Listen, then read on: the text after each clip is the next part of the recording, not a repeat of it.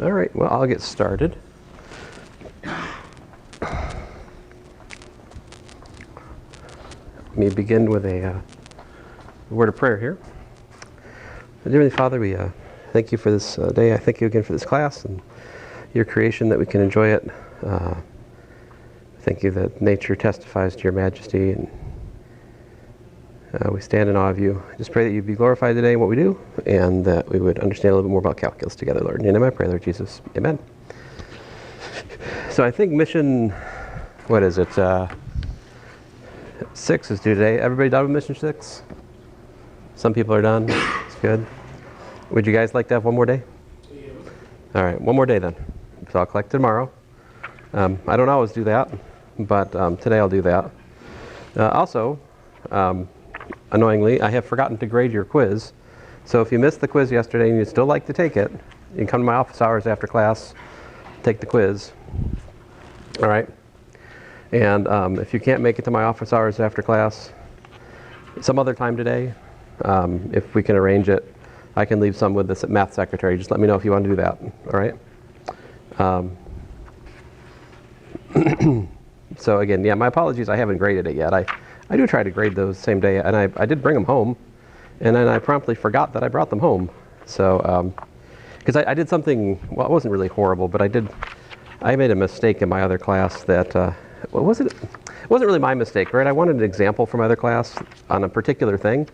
So I looked in the textbook, and I found an example from the section on that particular thing. I went to class and I worked it out, and it wasn't that thing. It was the previous thing. So it was like completely a waste of like half of my class for the other class yesterday, and so I had to make a video, which is, anyway. All right, so today we're talking about optimization. And now that said, if you guys have a particular, I can, set aside 5 minutes of class time for homework questions if you got any at the moment. Feel free to ask. Although I should warn you, I don't think I have I'm not sure I have my homework sheet on me. Yeah, I don't, so you'll have to lend me yours if you have a question.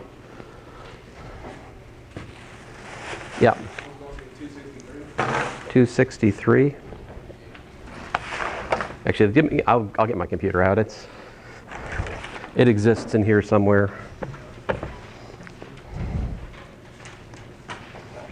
So the topic we're talking about, by the way, once we get past the homework questions here, is really interesting. Optimization is one of the primary uses of calculus, in your other courses, like in physics, for example. As a double major in math and physics undergrad.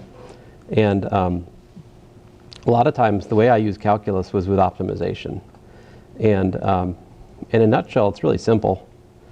Basically, to optimize something, you're looking for where it's biggest or smallest, right? So how do you do that with calculus? With what? Uh-oh. Well, it's good. I gave you the time to figure that out. Let's see. We're mission 6 or 7? What were we on? 6? All right. But anyway, so if you think about how to find the biggest and smallest of something, what do you do? Well, you just differentiate it and look for where the derivatives are 0. Right? That has to be where it's minimized or maximized. And that, in a nutshell, is optimization. You look for derivatives being 0 for your model function that you're interested in, and that's pretty much all there is to it, except there's a little bit more fine print in terms of, physical problems come with domains that are implicit, right? If you're talking about like lengths of a triangle or something, well, then those lengths are positive, right? So you're not maximizing an arbitrary free variable, you're maximizing a variable which has to be positive, so that's kind of a new wrinkle. But the closed set test basically takes care of that for us. Anyway, in common sense. 266, all right. It's all good. I've got it open now, so no harm, no foul. Oh, okay.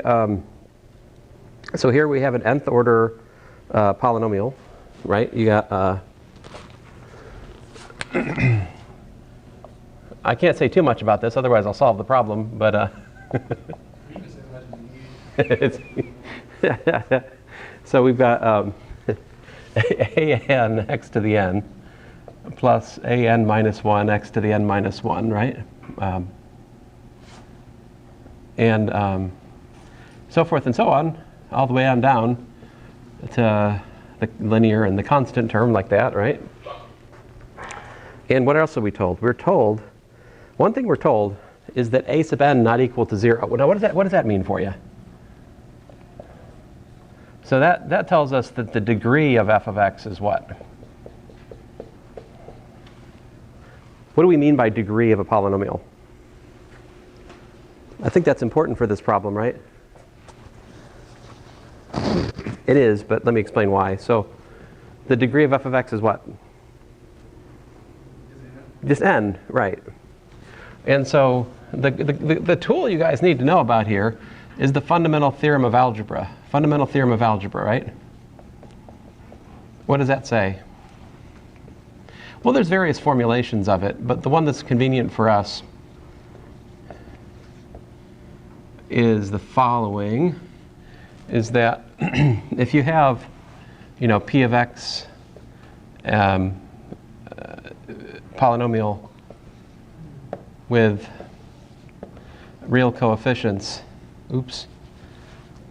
coefficients in, for our purposes, let's say in the reals, then, and the degree of p of x is equal to n, then there exists n complex, well, n zeros, or if you want, you could say roots, exist n zeros for p of x, possibly repeated, possibly complex. Although I will say, in addition, that the possibly complex ones, these come in conjugate pairs, right?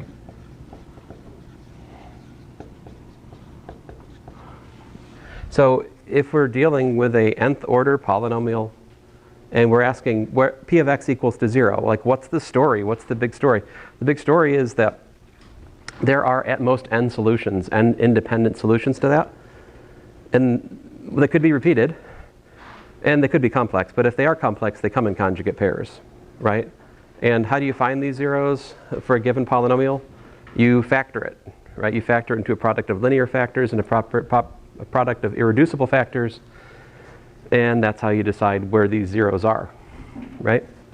Now, I can't tell you how to do that in general. There's no simple formula past, like we have a simple formula for what? N equals 1. N equals 2 is the quadratic equation, right? There are formulas for n equals 3 and n equals 4. But past that, it's been proven by mathematicians in the 19th century that there is no like quadratic formula for degree 5 or higher. So you actually need like Math 422 to fully understand the theory of polynomial factoring here. But anyway, we can do a lot with calculus. So this question, that's just the backdrop. Like that's the theoretical tool you need for this, is the knowledge that an nth order polynomial equation has at most n solutions, right? So what did you do, computer? I went to the bottom of the page where there's nothing. All right, so we've got this nth order polynomial. What's question part A is what? How many? What's the maximum number of distinct zeros? Yeah, thank you. Max number of distinct zeros. B, what is it? Max number of what? Distinct critical points.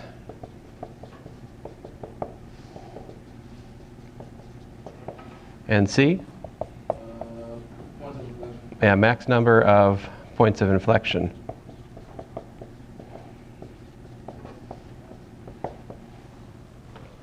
So can you guys answer part A? What if there are no repeats? What if all the zeros are real? How many do you got? N, right. So the answer to A would be n by the fundamental theorem of algebra. What is df dx? What's f prime? Df dx is what? Differentiate this, right? What do you got? You got n, a sub n, x to the n minus 1, right? Plus da da da da. Oh, I guess I'll write the next one. Plus n minus 1, a sub n minus 1, x to the n minus 2. right? Eventually you get to like 2a2x plus a1x, right? That's the end of the story there. Okay. What's the degree of this? N minus 1. So what's the max number of zeros? It's not a trick question. Like, what's the max number of zeros? N minus 1. That's right. What happens when you, and how do I know it has degree n minus 1 here? What's the degree of f prime of x? It's equal to n minus 1 because why? Or as my little brother used to say, cuz be why. He was adorable back when he said that. He's less adorable now. I still like him, but you know. It's my non-mathematical brother. I don't talk about him as much because, you know, I teach math.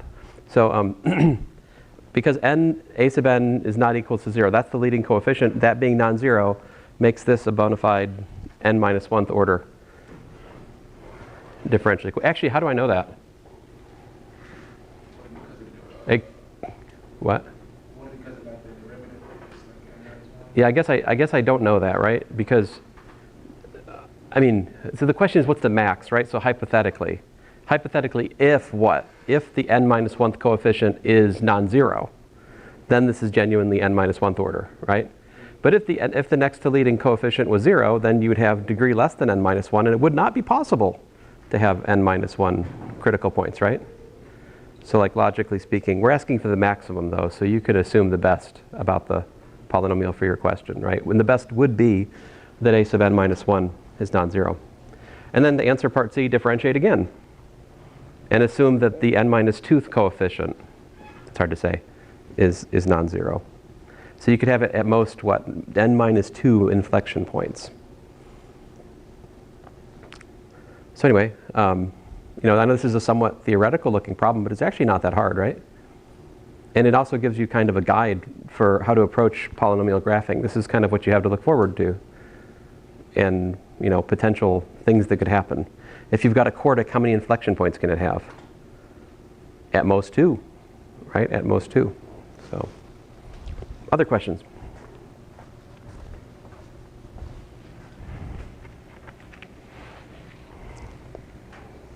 All right, well, let's get going on the optimization then. So I will, I'll begin with a stupid example that you don't need calculus to answer. So if I ever put this on a test, I always have to be careful to put an extra sentence which says something along the lines of, you may not guess the answer, you must use calculus to derive the answer, otherwise you smarty pants will just guess the answer. And I would have been right there with you as a middle schooler. And here it is. So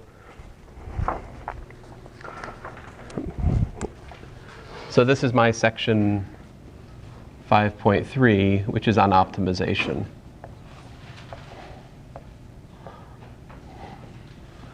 So a few examples. I'll start with a somewhat word problem one. This is example 1. So suppose you're given 400 feet of fencing. All right? And then the question is, what dimensions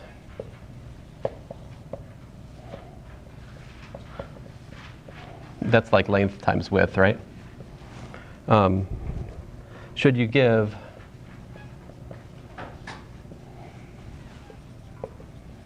a rectangular pen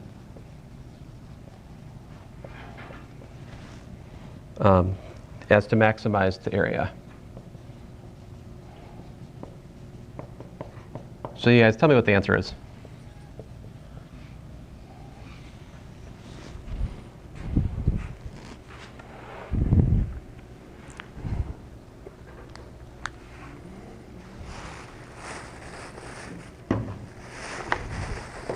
Nobody? 20 times 20. But there's 400 feet of fencing. But you got the right idea. You said 20 times 20.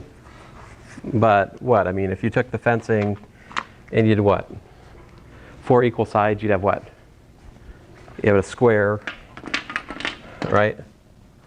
And if you look at this problem, that has to be the answer by something called the principle of symmetry, right? If you have a problem where there's no difference between two things, right? And you're looking for an answer. That answer must be symmetric with respect to the exchange of those things. The exchange of those things here is length and width. See, there's really no difference if you think about it logically. So it must be that the length and the width are equal. Consequently, it must be a square that's the answer. That's the without calculus solution, all right? I can easily spoil that by just adding a door. If I just say there's a door somewhere that, you know, is a certain amount, a certain length, then that will ruin the symmetry argument. But I want to make the math nice, so I don't want to put a door in. So I'm just going to work the boring symmetry problem to start with, okay? And so here's the way we do this. First of all, draw a picture. All right? And I'll call the length x, and I'll call the width y, right? And I'll call this marker done. I almost got it off the wall yesterday. I tell you what, physics said I was very close. Anyway. Okay, so then what can you tell me? I'll do the easy part. What's the area?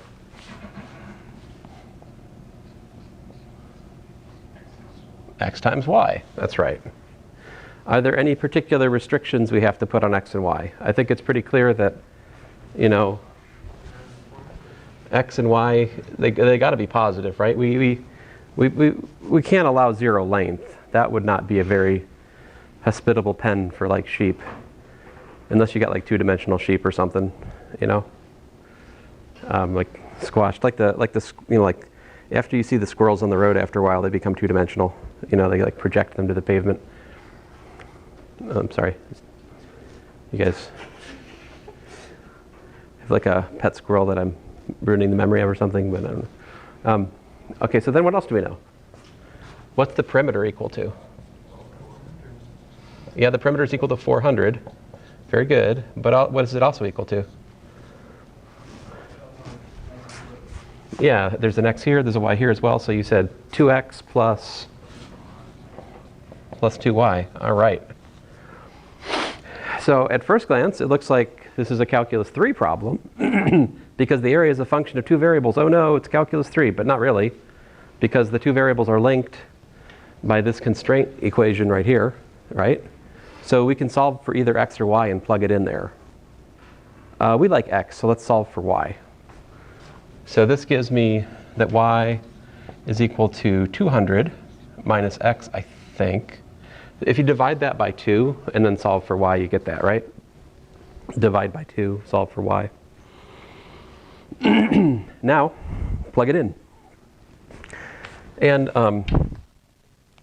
you might request a refund. You might be like, this example is dumb, because I remember doing this example in college algebra. And that's true. I do teach this example to college algebra. You know why I do that?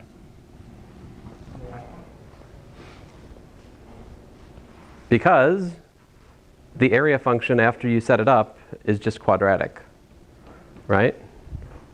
Where's the maximum or the minimum for a quadratic function? It's at the vertex, right? So you have formulas for the vertex in college algebra that you guys have forgotten, which is cool. Anyway, here we go. Minus x squared plus 200x. Fortunately, we no longer have to remember those formulas for the vertex because we now know calculus, which means we know that the vertex is where the slope is 0, which is where it's either minimized or maximized. Here it's going to be maximized because it's a parabola that opens down. And so if we set dA dx equal to 0, what we got? dA dx is minus 2x plus 200. Set that equal to 0 for my critical value. And that tells me x is equal to 100. Right? How do we know that that's a maximum? Well, one answer would be common sense. The other answer would be if we calculate d squared x dx squared, we get minus 2, which is less than 0, which implies local max. But of course, I would say you don't technically need to use the second derivative test here because common sense tells you that that has to be the maximum.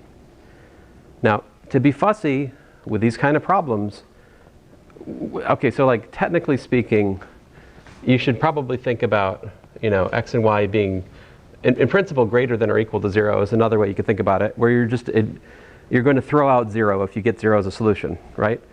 But to be fussy with problems like this, sometimes it is important that you remember to check edge cases. Like if for some reason your length starts at 10, and it can be anything bigger than 10, it would be important to check 10 for your objective function. The objective function is the thing you're trying to maximize or minimize. So if you have like an edge case, it's important to check the edge case because that could be where the maximum or minimum is here. Here, I don't really need to do that because 0 length is obviously not the solution, right? So we get x equals to 100, which makes y equal to what? 200 minus 100, right? Which is 100. So the answer is 100 feet by 100 feet. There's your shorthand for feet, just one tick mark, right? All right, let's look at another example. So what I did next was I'm like, put lava, add some lava. All right, so I said still 400 feet of fencing to build a rectangular pen next to a lava river. All right, note the cows are afraid of lava, so no fence is needed on one side. All right, very good. So here's your lava. And we still have no door in our fence because I'm lazy. And cows. All right. And you still get 400 feet. So let's use the same setup again, right? Like we've got x down here, y here, right? What's the difference? We said we have x plus 2y. X plus 2y equal to 400. That sounds right. Right? So x plus 2y equals to 400. The area is still x times y, right? Now if I added a door, how would that change things? Assuming you don't have to use fence on the door, you would just subtract that from the net perimeter, right? Like here, let me change my example from the notes just a bit. Let's throw in a door here, all right? And let's say the door is like, 5 feet, a 5-foot door. So then I have, let's see here, x minus 5, right? That's actually the length of fence down here, plus 2y is equal to 400 then, right? Does that make sense? And if I added multiple doors, you'd see how it would go. And I could even do stuff like add a door which is, 1/4 the length of y. What if I did that? What if I said, oh, there's also a door over here, which is 1/4 the length.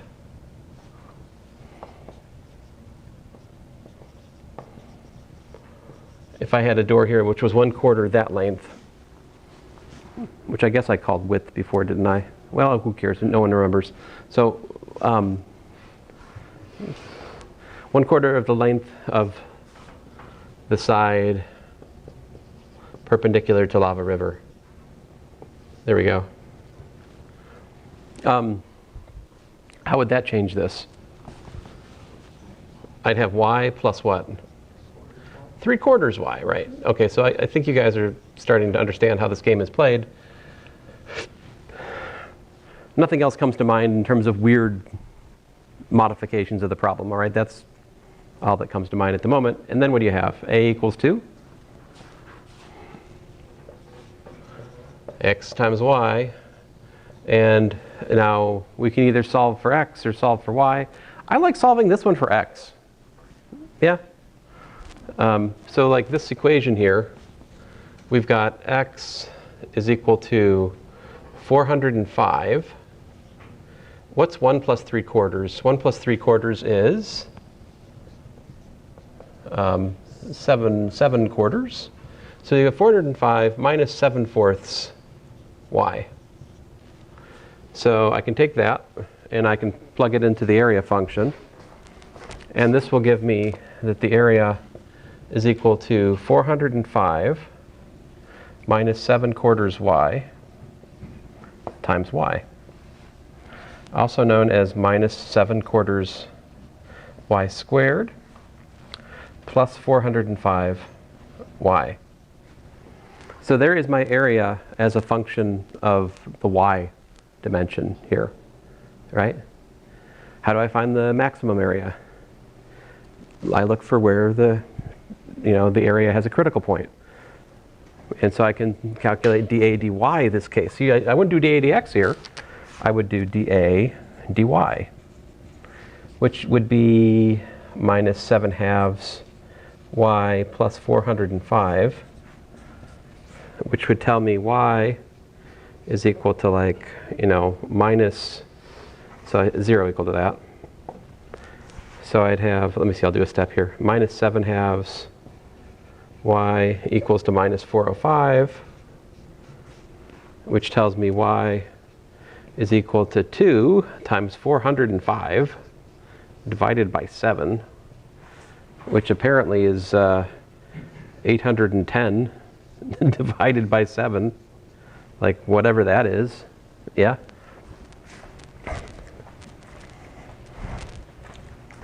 I mean, that's a perfectly fine answer for a calculus class. If you're taking physics from me, I'd like a decimal number here, I don't know how the engineering professors are here. I don't know how they feel about fractions. I think I told you before. I may have told you or may not have told you. My son says that this is like it's a off-brand number. That's right. Oh, I have that in here. Good. Ben, Matthew. So this is approximately 115.7 feet. If you put the units back in, that would be the y, and therefore x is what? 405 minus 7/4 of 115.7. The rest of the digits are 714, blah, blah, blah. Which is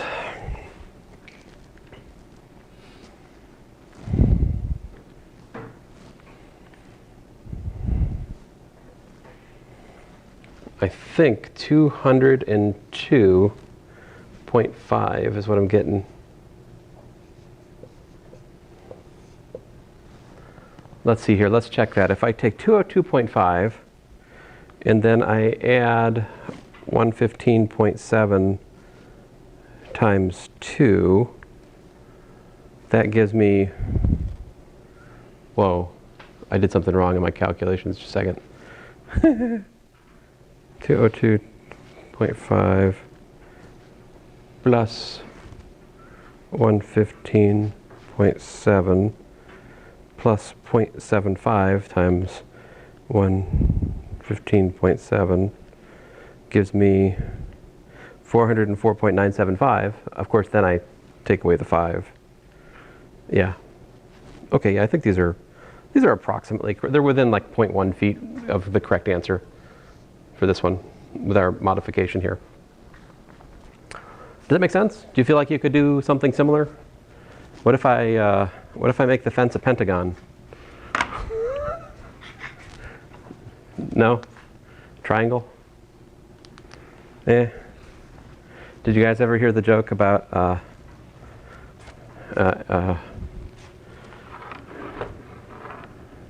an engineer, a physicist, and a mathematician making a fence?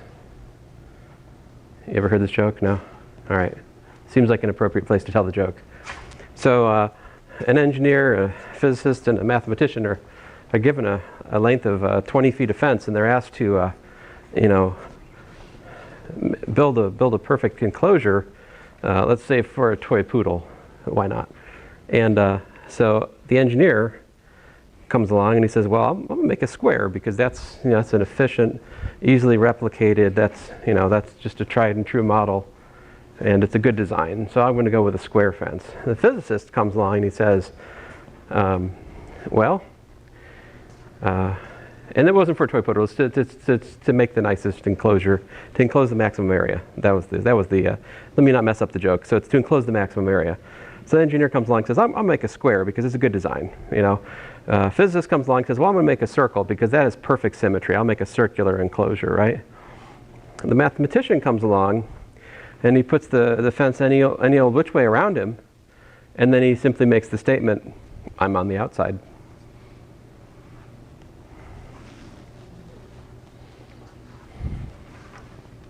Yeah? Okay. I think some of you, do I have to explain the joke? If he's on the outside of the fence, what's the inside? So if you're on the earth, right? Mathematician here, right? Fence around him, inside. Excuse me, outside rather. Did I say inside? I said he was on the outside, right? So what's inside the fence? The rest of the earth. See?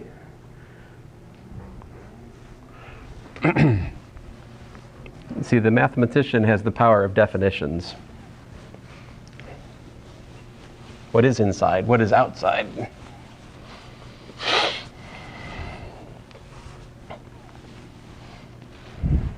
I've told this joke in college algebra as well. It never lands.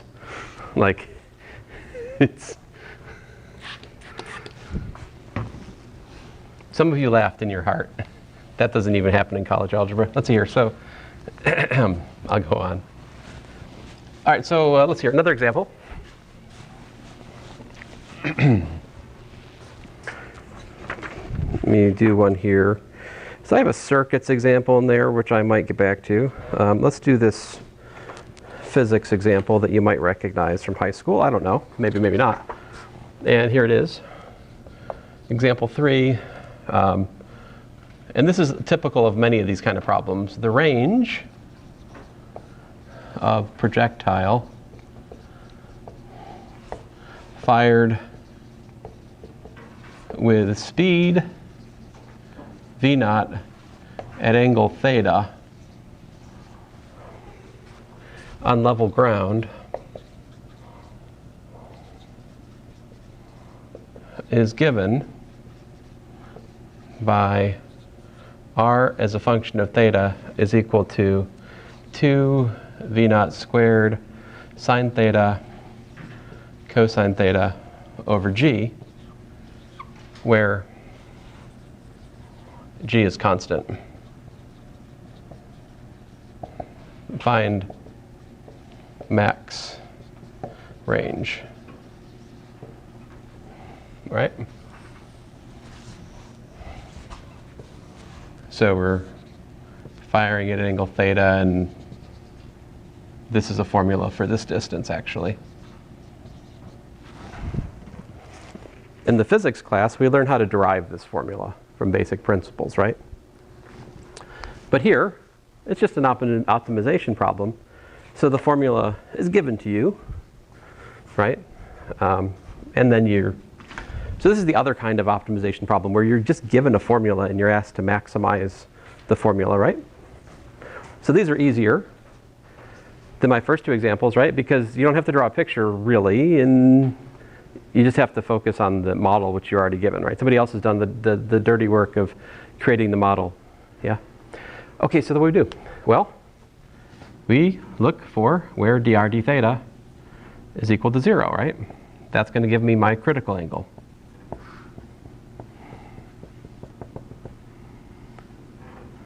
Critical angle, which by calculus should give us the maximum range, right? All right, so what is that? So let's look at the formula here. V naught squared over g times sine theta cosine theta.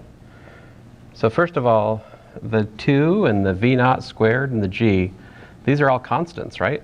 So we can pull those outside the differentiation.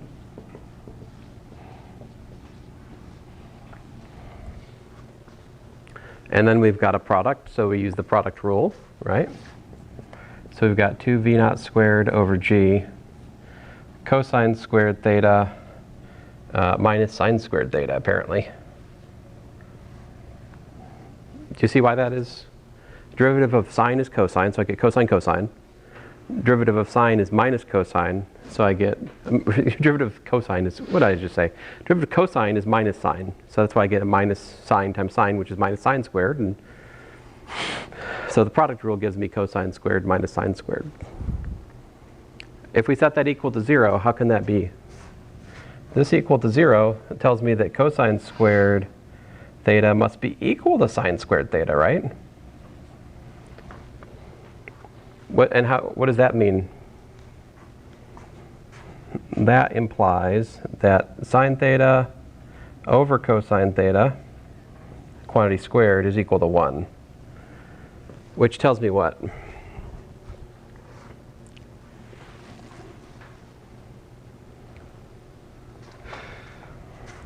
In other words, tangent squared theta, or tangent of theta squared is equal to 1.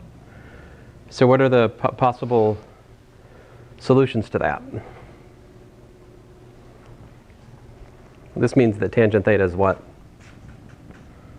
By square root property, this tangent theta is equal to plus or minus 1, right?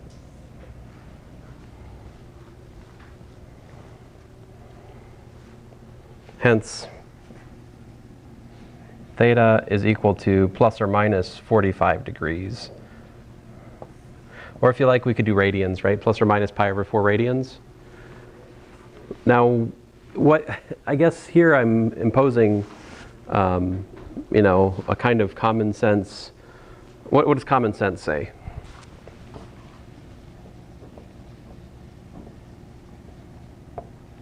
It says, like, you know, 0 is less than or equal to theta is less than or equal to pi, if you like radians. Or in terms of degrees, you know, I guess I should put, this is a calculus class, I should put pi over 4 here. I'm sorry, guys, I'll forgive me. Yeah. So this is something similar we're going to do in calculus, right? Does what? This is something similar we're going to be doing in calculus, right? For those who have to take it. In physics, yeah, this is in physics. Yeah, yeah. I was like, just trying to play some kind of 4D chess with me or something here. But yeah, this is a small part of physics, but yeah, yeah. So, does that make sense? I mean, you've heard of this before, right? That to maximize the angle, if you want to throw stuff 45 degrees. Now this assumes no friction. It also assumes like a level ground. If you are not firing something from the same level, like if you're trying to maximize the distance to something that's up, you know, on a shelf that's like significantly higher than where you are, you have to choose a different angle. If you're shooting to something below you and you want to maximize the range, you have to change a different angle. 45 degrees is only for level. And the mathematics of maximizing the range for non-level beginning and ending points, it's quite difficult. It's actually it's pretty challenging mathematics. A lot of times I have to resort to a numerical method to solve those problems. Like they don't come out pretty like this. Okay, enough. Next. Let's see here. Well, so my next example was similar, but find the max height. Oh, I guess I never did find the max range. So the max range is what? R of plus or minus pi over 4 is what? 2 v naught squared theta over g times what? What's cosine? You know, you got sine of plus or minus pi over 4, cosine of plus or minus pi over 4. What happens with that? This gives you plus or minus 1/2. See, because cosine of pi over 4 is 1 over root 2, sine of pi over 4 is 1 over root 2, but sine of minus pi over 4 is minus 1 over root 2. So this all simplifies to like plus or minus v naught squared over g. And so I said find the maximum range, so I guess probably I should say v naught squared over g, right? I mean, this shows you that the formula is actually giving you a positive r for motion to the right, and it's giving you a negative r for motion to the left.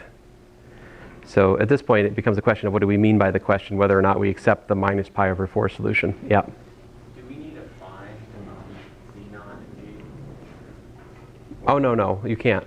You can't. Those are given. G is 9.8 meters per second squared, but these are constants. And this is also typical of like optimization questions. Oftentimes they come packaged with particular symbolic constants that we don't know, right? So like they're just part of the answer. Yep. All right, let me move on here. A very similar physics problem I have for my next one. And there's a typo in the code for my notes here. So it made it look funny. My LaTeX is showing. But the next one is y is equal to y naught plus v naught. That's supposed to look like sine theta times t minus 1/2 gt squared. And then you're supposed to find max y. Example 4. All right. So that was my next example here.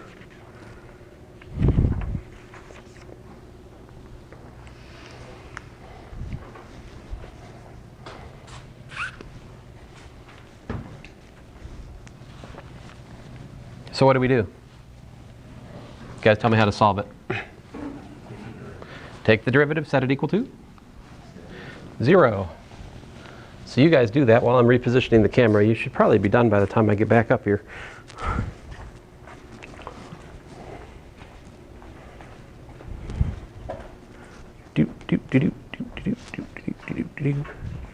Oh, I saw Dune 2 over break, and I seldom make movie recommendations anymore.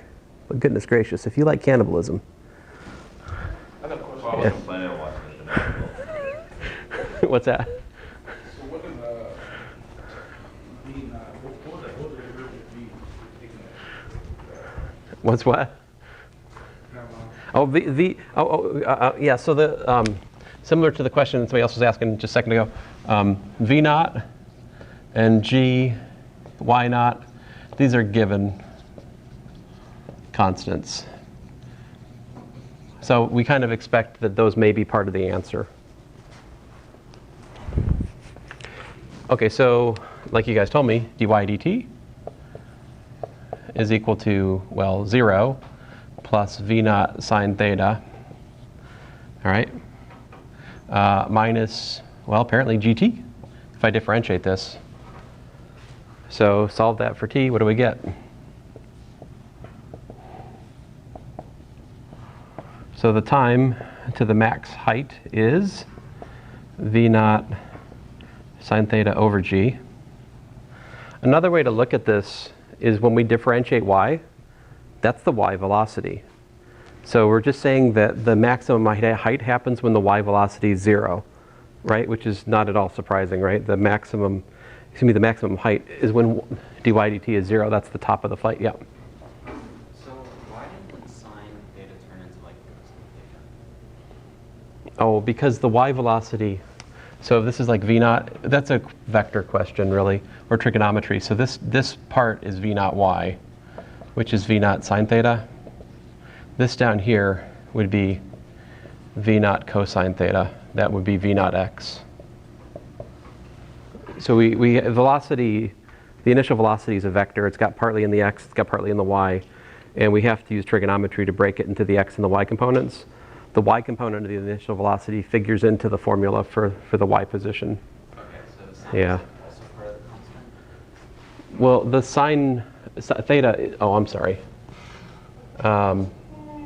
There you go. Fair enough. If theta was a variable, that would be, oof. I don't know what that would mean. Bad things. I mean, I guess you could have a gun that was like changing its angle and you're firing at different times, different angles. But then that would be a more complicated thing. That's not what we're talking about. but yeah, theta is a constant.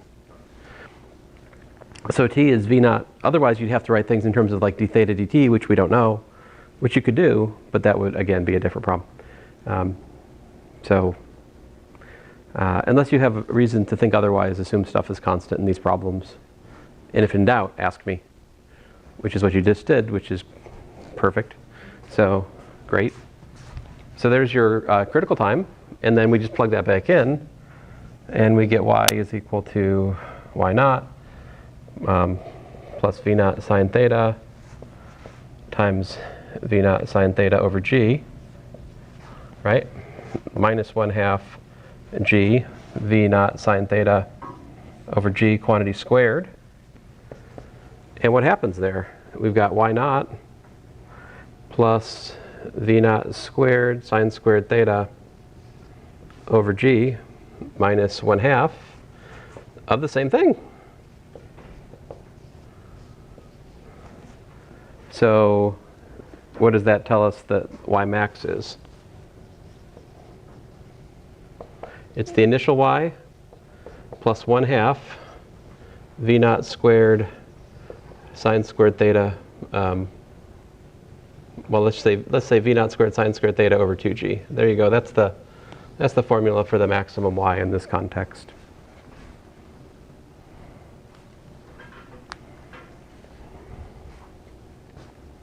So if you're firing a cannon and you want it to go as high as possible, what angle should you pick? Not 45. Shoot it straight up, that's right. I don't advise this though, right?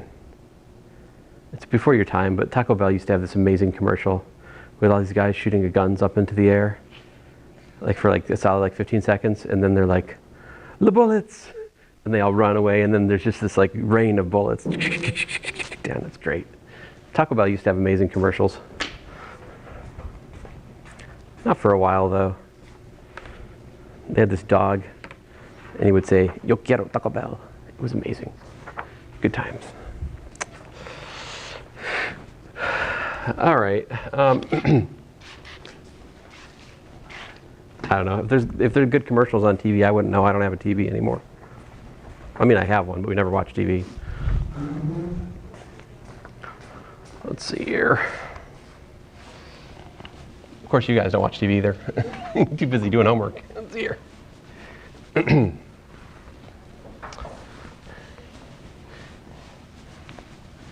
So, any questions about that one?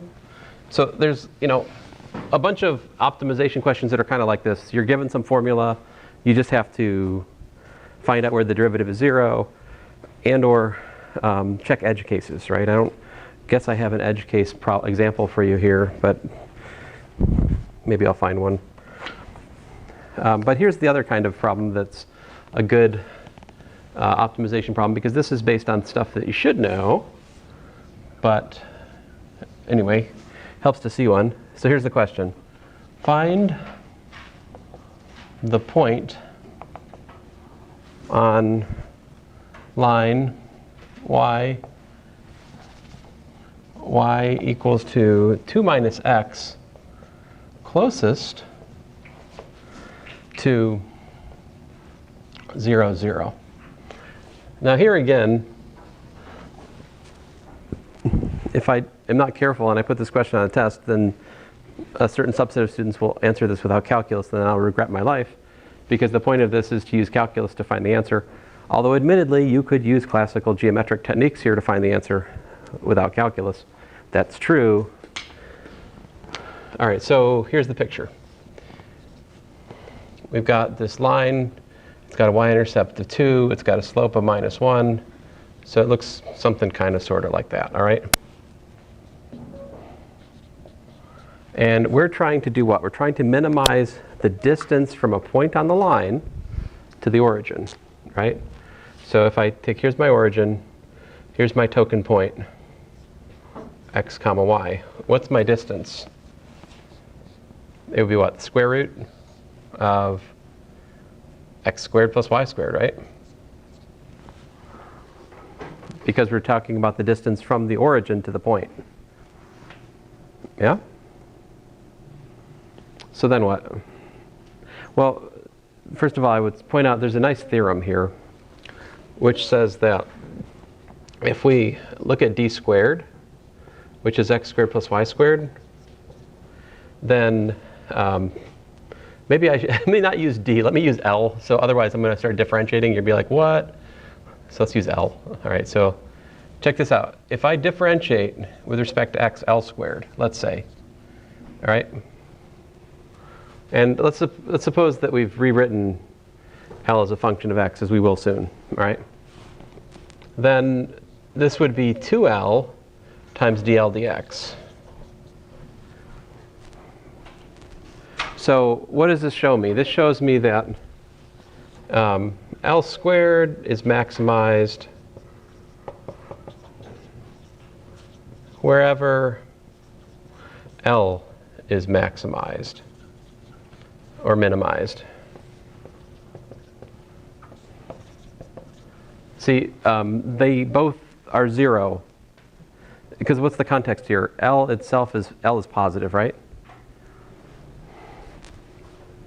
How do I know L is positive? Is the origin on the line? By the way, if the origin is on the line, we don't need calculus for this, right? Then that means that the line is distant 0 from the origin.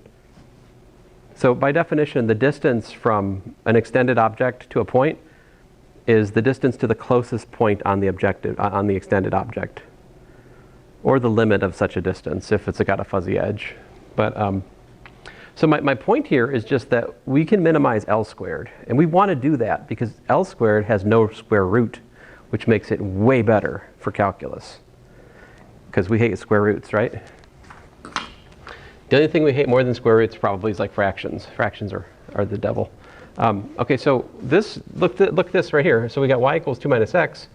So what we got L squared is x squared plus 2 minus x squared. Quantity squared like that, right? So since I'm tired of writing L squared, I'm going to call that f. F equals to L squared, all right? So df dx is what? df dx is 2x minus 2 times parentheses 2 minus x. Now why is there a minus there? And why is there a 2 there? Well, I use the chain rule, right? I use the chain rule on the square function. The inside function is 2 minus x, so that brings out a minus, right? Chain rule. So I got 2x, and then I, multiply this thing out. What do I got? 2x minus a minus is plus. It looks like I've got a 4x minus 4. I set that equal to 0. That tells me that x equals 2. 1, right? And by common sense, is that a maximum or a minimum?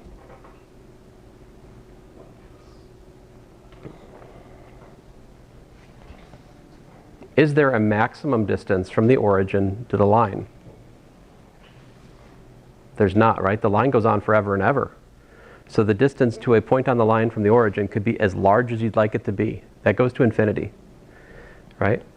So we're not in the context of the closed set test. There doesn't have to be a maximum and a minimum. But there does, by common sense here, have to be a minimum, right? And the minimum happens at x equals to 1. So what was the point on the line? So point of closest approach is 1, 1, 1. Yeah, there you go. Is this surprising? It really shouldn't be surprising, because if you take perpendicular bisectors to the given line, right? The perpendicular bisector to the given line which intersects the origin is the line y equals x, which goes through the point 1, 1 as it intersects the line y equals 2 minus x. So that's the non-calculus solution. You could find it by looking the perpendicular bisectors of the line. That will find the point of closest approach by classical geometry. Ugh. All right. Our final example for today is similar to this one, but a little bit more exciting. This one I don't think you could solve with classical geometry. Whoa. Yowzers. What the what? Dude, that is a weird hint.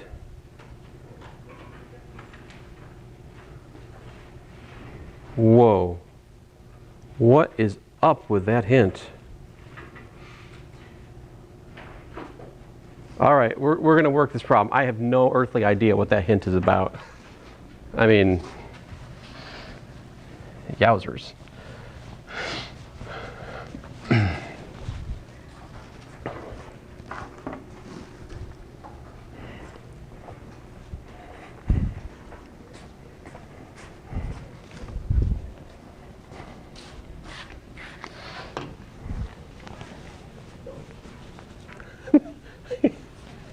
I don't know what's gone over there, but it sounds like Dr. Sprano shouting at the class. They must have done something.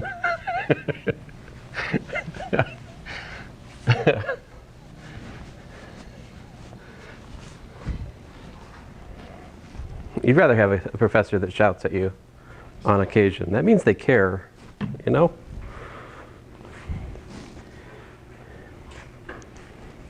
All right. Let's see here. We're on example 6. Here we go. So here I have find point on y equals to 3 minus x squared closest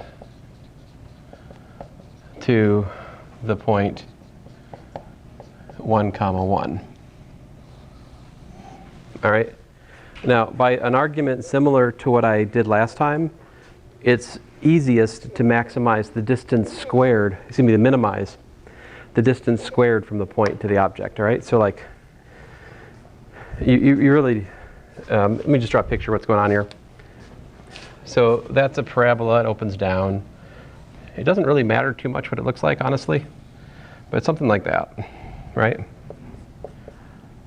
I mean, I can solve this problem without graphing the curve. And then the 0.11 is wherever that is. I'm going to draw it as if it's out here, but I really don't know if it's out there, okay, guys? Like it could be in here. It doesn't really matter where that point is relative to the curve, because if we calculate the distance from there to there, right, if that's L, then that makes L squared equal to what?